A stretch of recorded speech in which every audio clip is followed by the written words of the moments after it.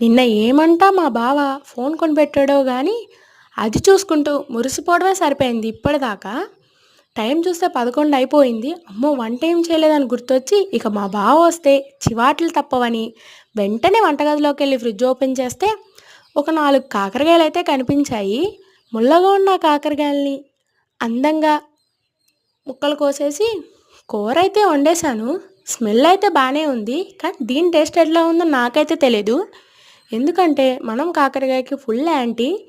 నాలా మీలో ఎవరైనా ఉన్నారా? అయితే కామెంట్ చేసేసేయండి. అండ్ ఒక్కొక్కరికి కాకరకాయ ఫేవరెట్ కూడా ఉంటారు. అలా ఎవరైనా ఉన్నా కూడా కామెంట్ చేసేసేయండి.